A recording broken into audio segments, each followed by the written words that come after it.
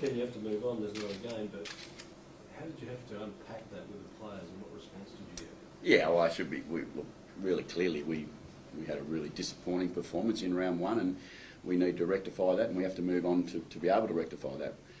We owned the performance.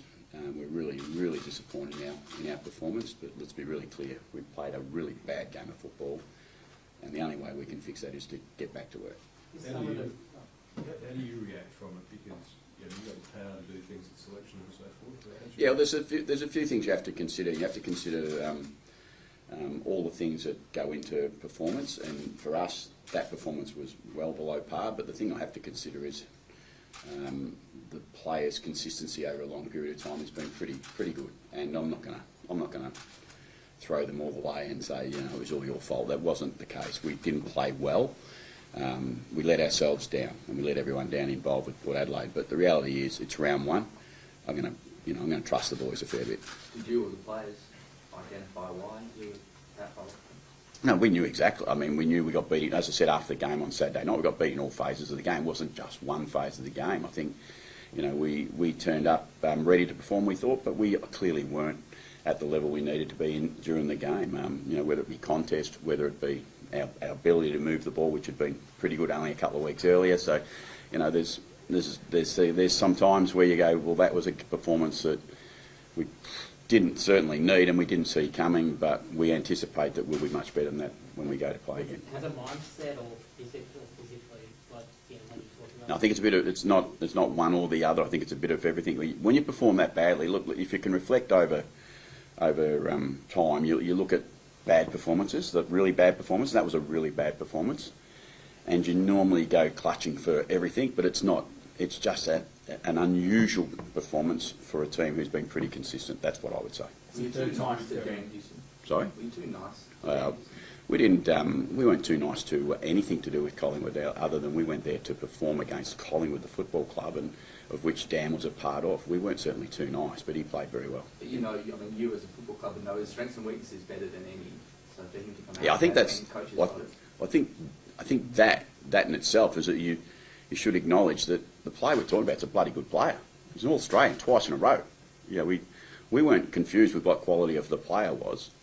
We did our best, as we did against other Collingwood players who have been high-quality players for a long period of time. Dan's a great player. As I said to him when he left, I hope he plays poorly against Port Adelaide, but I wish him the best for the rest of his career. I don't have anything more to add to that. We didn't have to focus on Dan Houston any more than any other player. It's the third time in about a dozen games you've lost by 13 goals or more. Is that a concerning trend? I don't know.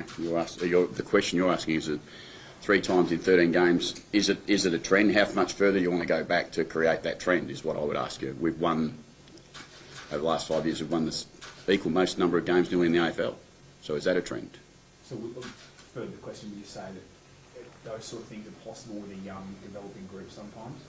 Yeah, I'm not sure we're in the developing group, young stage. We're different. We've certainly changed some things in our team, and we're really optimistic around what this team can still achieve. You won't get me thinking that we're falling off the perch.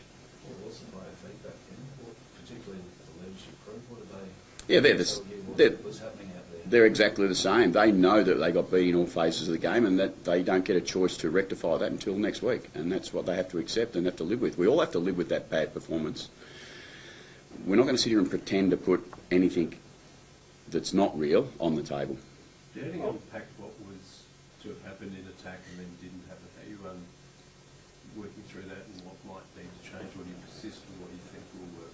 No, we'll certainly persist because we won't panic. That's key. I mean, sides, unfortunately, there was other sides that had probably not the performances they won over the round or the first round, and for us, we were one of them teams. We just have to stick to the course that we're on, and we know what that course normally delivers for us. So I can really appreciate everyone's questions around that performance on Saturday night. Unacceptable. I've probably said that enough, I reckon. Obviously the performance kind of amplifies it a lot, but have you been surprised about the fallout and the narrative around the loss that was already happening after round one?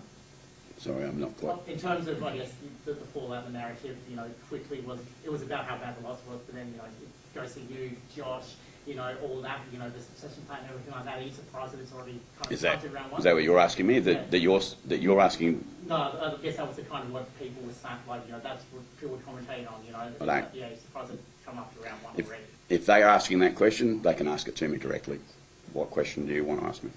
I guess, is it, how do you feel it's going up? You know, is there any confusion amongst players, coaches? Yeah, that's, I guess, the question. I think we've been really clear on that. There's absolutely no confusion. You know, I've said right from the start, I've got plenty of energy for the job. Josh and myself, we both know exactly what's going on. The whole football club knows exactly what's going on. People have got some opinions based on one loss. Does your faith waver at all when Not you lose one the bit. biggest in your career, like your biggest loss of your career? Is it hard not to just for a brief second go, is this right? No, I don't enjoy big losses, regardless of whether it was, what was it, 91 or something, and 86 was the next biggest or something like that, so somewhere near it. 5 points. It's a bad loss. So It's a bad loss. So I don't know that, you know, yes, it hits the top of the benchmark for my career, but really it's not, you know, when you're losing by 90 points or 86 points, they're bad. Sim was speaking about things last night. Kane and Nick Rewalt were talking about when you're sort of told that you're not the man for the long term, but stick around for a bit. They claim that it's human nature that you check out a little bit, or that you might lose a bit of fire. How would you respond to those directives? Can I ask you what question you're asking me? Because I said before, Well, I'm asking you. the two boys that you're talking, the two people you're talking about, Yeah. they're not asking me that question. If they want to, I'm really happy for them to ask that question directly to Well, me. I can ask if you want. Yep. The fire is still as strong as it ever has been for you. And you're asking that question, Josh? I'm asking Josh. I think you know the answer to that. Of course it is. I'm as excited as I've been all year. I've said that all the way through. I'm disappointed in a really bad loss, but I'm not going to waver. I'm not going to jump to a position that I wasn't in last Thursday. I'm excited by what this team can do. I'm excited by the growth of our team, and I'm excited by the direction this footy club's going in. And Saturday night makes it hard for everyone to accept that was the right direction right now. But before that, it's been pretty good. The club has very passionate fans. We've seen them, I guess, get harked up with these kind of results in the past, and we saw similar over the weekend. I guess, what would you say to those fans who are already calling for that transition to happen already, to give them some confidence that you're Again, their responsibility is to go and support their team, and I hope they continue to support their team all the way through. Our responsibility internally is to make sure we manage the club to succeed for the future, and that's what we'll always do. We'll always look after the club the right way. When there's so much negativity floating around, and obviously you have the conversations, the hard truths, but how much is it about positively reinforcing the players, reminding it's one of 23 rounds, and also do you go back and show some clips where they have nailed it last year to try and remind them how they've done it well in the past? We have to remember it is round one of 23, as you said, and the reality is we'll have to mark ourselves at the end of the season, not at the start of the season. We have to work really hard to turn that result around, and we understand what our best football looks like. The players know that. The obligation is to perform like that, and we get our chance on Saturday.